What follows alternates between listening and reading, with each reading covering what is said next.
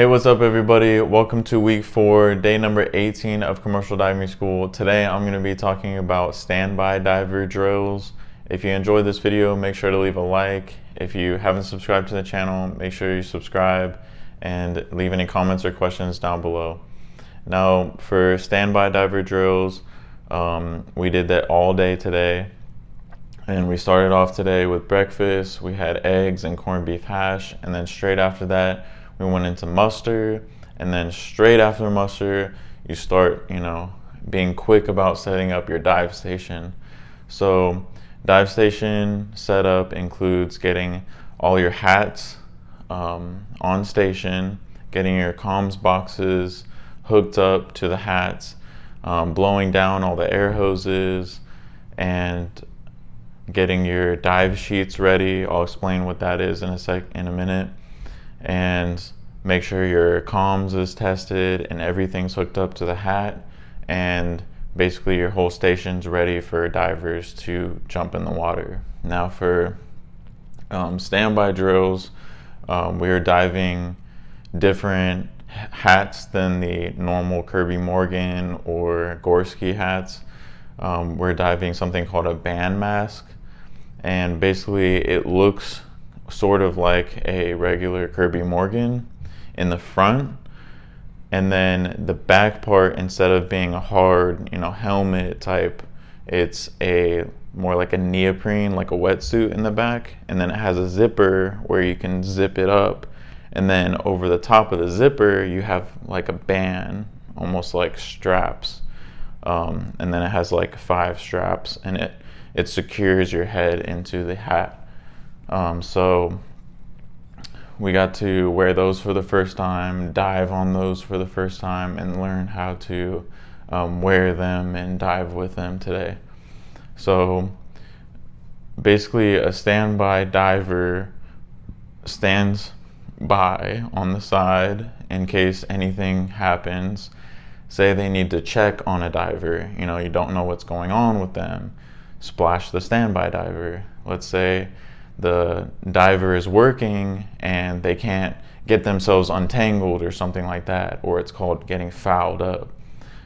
They need somebody to help, so you splash the standby diver. Or let's say the diver is unresponsive, splash the standby diver. They go in, they help with any kind of situation that could happen. So that's what we're doing. You have to be trained on it to really know what you're doing. So that's what we're doing today, training on it so that in the future we can be staged as a standby diver. So we're doing groups of 2, and we did that throughout the whole day to get our whole class through it. Our whole class didn't get through the whole entire thing. We actually got rained out today, but I'll explain a little bit more about that in a minute. So basically for the standby dive drill, you have basically 3 drills rolled all into one. So you dive 2 divers at a time. One diver is gonna go down and act like they're like working on something, like kind of next to like a column or a pylon or whatever you want to call like the concrete structure that holds up the bridge or the dock or whatever. So they'll go like on bottom, they'll go over there and wait, and then the standby diver, usually they're out of the water, but for this drill we had both divers already in the water, and so the standby diver is supposed to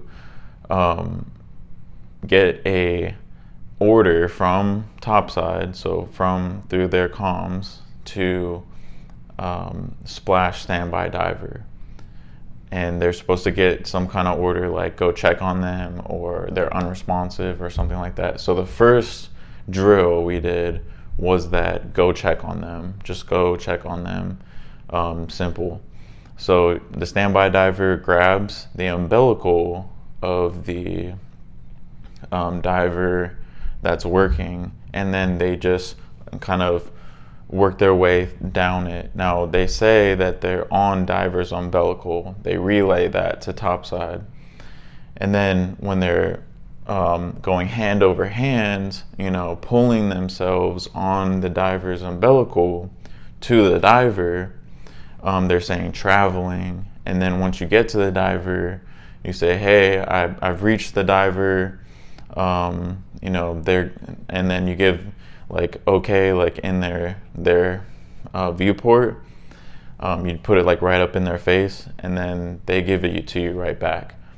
And then you say the diver's okay, and then they're like, okay, we're done with that part of the drill, so come back. So your tender will grab your umbilical and reel you back.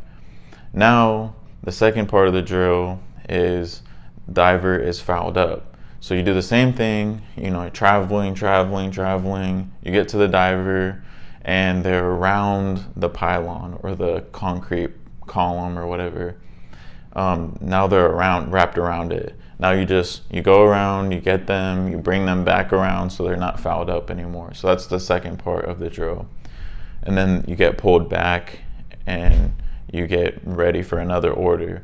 Now the third part of the drill is an unconscious diver.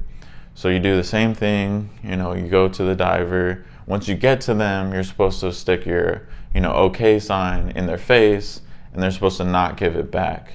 Then you tell topside the diver is unresponsive, and they say Roger.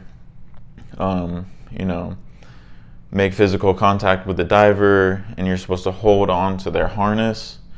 And they say you're supposed to put your head underneath their chin, so like your forehead, their chin, and just like tilt their head up so it opens up their airway, and then hold on to them. And then the tenders, both tenders, the standby diver's tender and the unresponsive diver's tender, they both pull up on their umbilicals and bring you both back at the same time.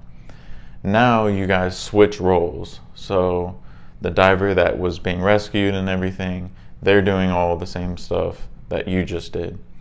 So that's basically what each group had to do in groups of 2, and everybody else was, just standing by or learning or watching or whatever. But we did run into a few issues. One, we had an issue with comms. For some reason, nobody knows why comms just stopped working. And if you don't know, comms is like someone's talking on a box that's kind of like a radio where they hit a button and then you can like talk to the diver, and the diver can hear you, and the diver talks back to, topside, talks back to the person that's on that comms box. So for some reason that stopped working on one of the band masks, the comms. So they took a break, tried replacing the comms box, tried all that stuff, and we still had, I don't know how many guys left, but it was a lot of guys left. It was a little less than half of our class. So those guys, didn't really get to dive. Plus, we had a storm roll in, so it was just gushing rain everywhere, which seems to be like a Florida thing around this time of year. It rains every day around 2 to 4 p.m. It just hard rain, and then it goes away. So we kind of got rained out again today, and a lot of divers didn't really get to finish. But yeah, for lunch today, it was pretty good. We had spaghetti and meatballs with a garlic bread and mixed vegetables, and we also got a chocolate chip cookie with the lunch. And then after lunch was kind of when we got rained out. So we cleaned everything up, got the masks put away and got the dive station cleaned up.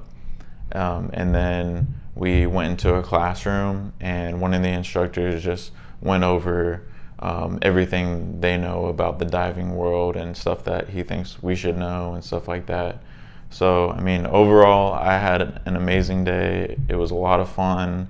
Once we got through the first group, it was kind of smooth sailing from then on. We kind of knocked everything out. You know, people were getting their bottom times. People were getting, doing the drill, like passing with flying colors, until we had that communications issue with the radio not working. So, I mean, pretty good day. Yeah, that's all I have for this video, you guys.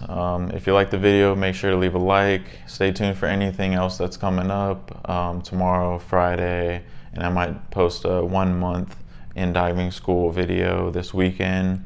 So stay tuned for that. Subscribe if you haven't already, and leave any comments for me down below. And as always, guys, thanks for watching, and have a great one. Peace.